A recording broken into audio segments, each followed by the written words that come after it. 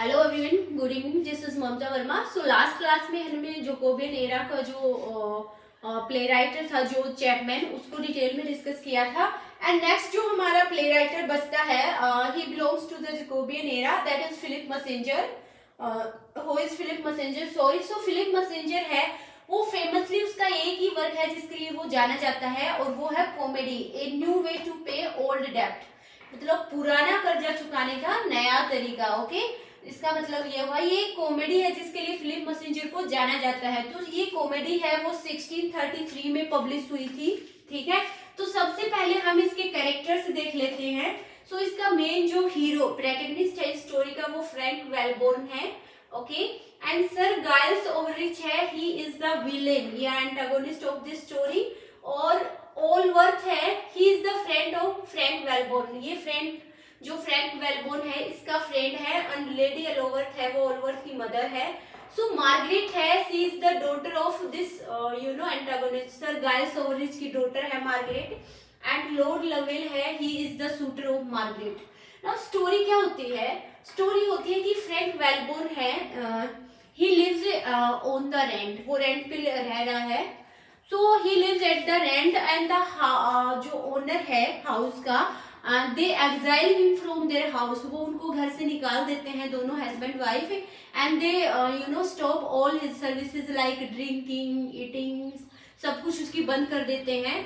सो sir Giles over जो Frank Wellborn है वो उनको बताता है कि उसकी पास्ट स्टोरी बताता है अपनी, कि he belongs to the upper middle class family, upper middle class family से बिलोंग करता था। एंड व्हाट हैपेंड, उसके जो अंकल है, रिलेशन में अंकल लगते हैं जो विलन है इस कैरेक्टर के, sir Giles Overreach. So sir Giles Overreach है, उसने उसको काफी मैनिपुलेट करके काफी चीट किया। और क्या किया, उसकी जो प्रॉपर्टी थी, उसकी जो लैंड थी उसको सीज कर लिया। सो कैसे किया? क्योंकि जो फ्रैंक वेलबोर्न है, उस टाइम सर गाइल्स ओवररिच ने फ्रैंक वेलबोर्न को इंकरेज किया, ड्रिंकिंग में, गैम्बलिंग में, प्रोस्टिट्यूशन में। सो सर जो फ्रैंक है उसने काफी जो पैसा था उसमें स्पेंड कर दिया। सो सर गाइल्स ने क्या किया, he take the loan on his property. So Frank की जो प्रॉपर्टी होती है, लैंड होती है, उस पर लोन ले लेता है। And when Frank is unable to repay, जब फ्रैंक उस लोन को चुकाने में कामयाब नहीं होता तो क्या करता है, सर गाइल्स है उसकी प्रॉपर्टी को सीज कर लेता है, खुद ले लेता है। ओके, तो ये स्टोरी बताता है। लेकिन जो ओनर होते हैं, मकाल मालिक होते हैं, वो बिलीव नहीं करते और उसको वहां से निकाल देता है। तो क्या करता है, अब फ्रैंक है उसको गुस्सा आता है और उनको अब्यूज करता है, दोनों हस्बैंड वाइफ को। तभी उसका फ्रेंड आता है Allworth. Allworth is the friend of Frank, और वो उसको बताता है। तो ओलवर्थ कहता है कि उसने जो सर गाइल्स है उसने उसको भी काफी बार चीट किया है, फाइनेंशियली उसको चीट किया है। ठीक है, सो अब क्या होता है, ओलवर्थ है, सर गाइल्स है, वो अपने लिए कोई लड़की ढूंढ रहा है, he want to get marriage. So क्या करता है, वो लड़की ढूंढ रहा है और वो जो लेडी ओलवर्थ है उसको वो ऑलरेडी जानता है, तो उससे मिलने के लिए वहां जाता है शादी का प्रपोजल लेके। तो लेडी ओलवर्थ है वो उसको रिजेक्ट कर देती है, क्योंकि उसको पता है she is not a trusted person, dishonest है, वो उसको जानती है, तो उसको रिजेक्ट कर देती है वो वहां से। फिर उसके बाद उससे लेडी ओलवर्थ है, she is the mother of Allworth, Allworth की मदर है। And she is a rich lady because she is living at their husband's home, काफी मतलब अच्छी प्रॉपर्टी है उसके पास। तो उसका खुद का जो सन है ओलवर्थ और जो फ्रैंक है, ये दोनों उसकी मदर से मिलने जाते हैं। सो फ्रैंक है, जो लेडी ओलवर्थ है, वो ओलवर्थ को वार्न करती है कि you should stay away from Frank, आपको फ्रैंक से दूर रहना चाहिए। बिकॉज जो फ्रैंक है, जब फ्रैंक आपके पास रहता है तो सर गाइल्स है वो इस बात का फायदा उठाता है, वो लोगों को चीट करता है, मतलब अपनी बातों में फंसा के फाइनेंशियली उनको मैनिपुलेट कर लेता है। सो ये बात जब फ्रैंक सुनता है लेडी ओलवर्थ से, तो वो इमीडिएटली उसको इंटरेक्ट करता है उन दोनों को बीच में, सन और मदर को, और वो उसको रिमाइंड करवाता है वो टाइम जब ही सर जो फ्रैंक है, he helped him to her husband, जो उसके लेट हस्बैंड, क्योंकि लेडी ओलवर्थ है सी इज नाउ विडो, तो इसके हस्बैंड की एक बार फ्रैंक ने काफी फाइनेंशियली हेल्प की थी उसके बिजनेस में, जब उनको काफी लॉस हो गया था। तो when he remind her, so ready जो ओलवर्थ है उसको काफी एक बार रिपेंट होता है कि उसने क्या बोल दिया, एंड वो उसको मतलब माफी मांगती है उससे, और she says him she is ready to financially help him. So वो उसको कहती है कि मैं रेडी हूँ आपकी फाइनेंशियली हेल्प करने के लिए, बट क्या होता है कि फ्रैंक है वो उसको रिजेक्ट कर देता है, ठीक है। नाउ व्हाट हैपन, जो ओलवर्थ है इसकी भी प्रॉपर्टी है, वो सर गाइल्स ने कैसे धोखे से इसको भी काफी मैनिपुलेट करके इसको चीट किया है। अब she is remain a normal person, एक ऑर्डरली पर्सन है जिसके पास ज्यादा पैसा नहीं है, and now she is work under Lord Lovell. Lord Lovell है, he is a rich person, तो उसके अंडर ओलवर्थ है वो काम करता है। अब काम क्या करता है, because he is in love with Margaret, ये लॉर्ड लवेल है वो मार्गरेट के क्या है, ही लाइक्स मार्गरेट, और वो उसको लव लेटर लिखता है।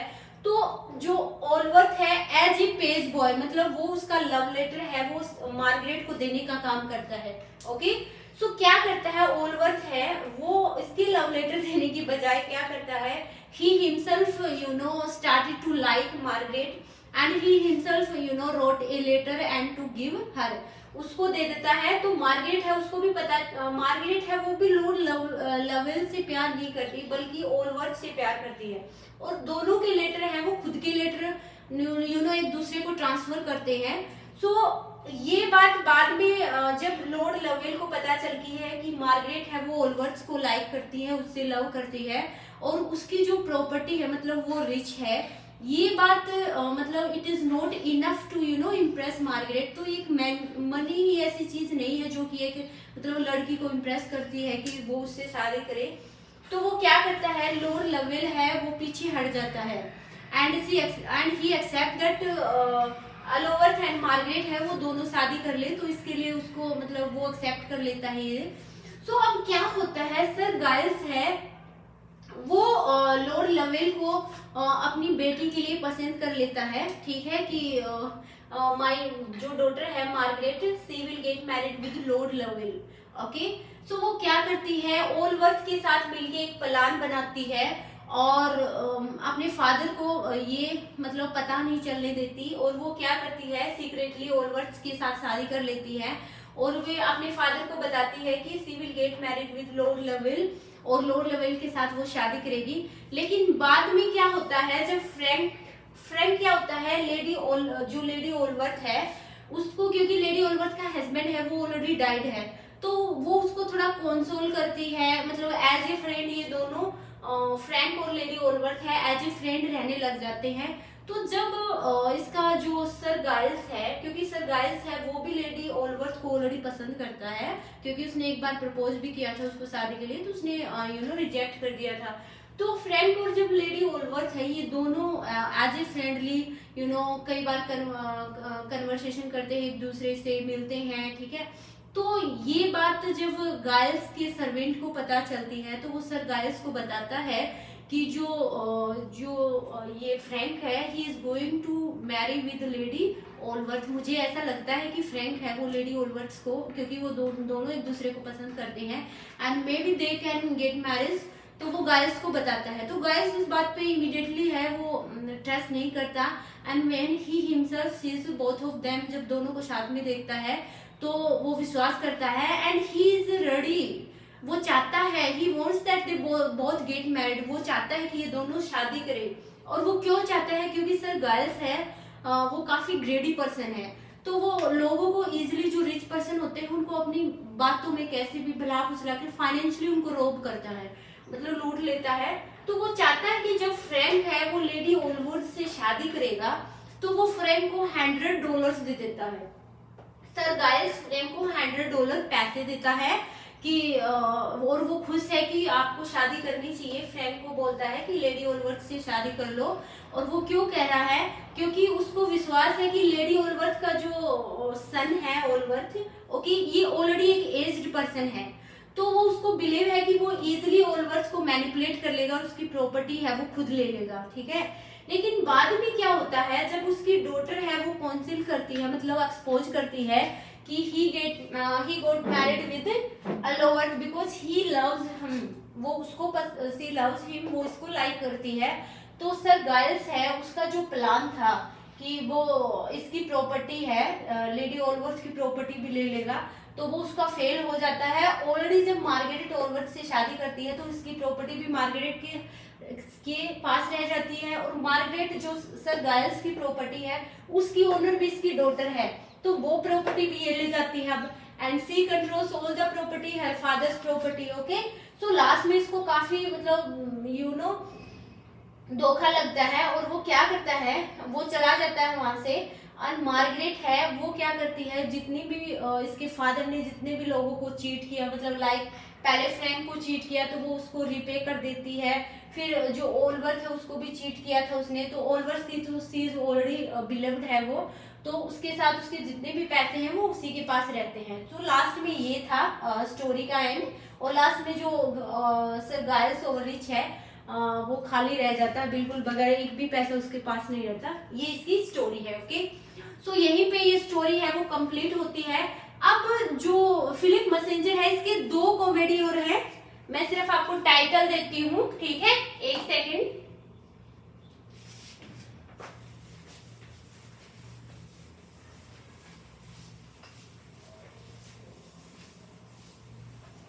टाइटल सिर्फ ध्यान में रखना है आपको, डीप में नहीं जाना। कॉमेडी है the great duke of Florence, the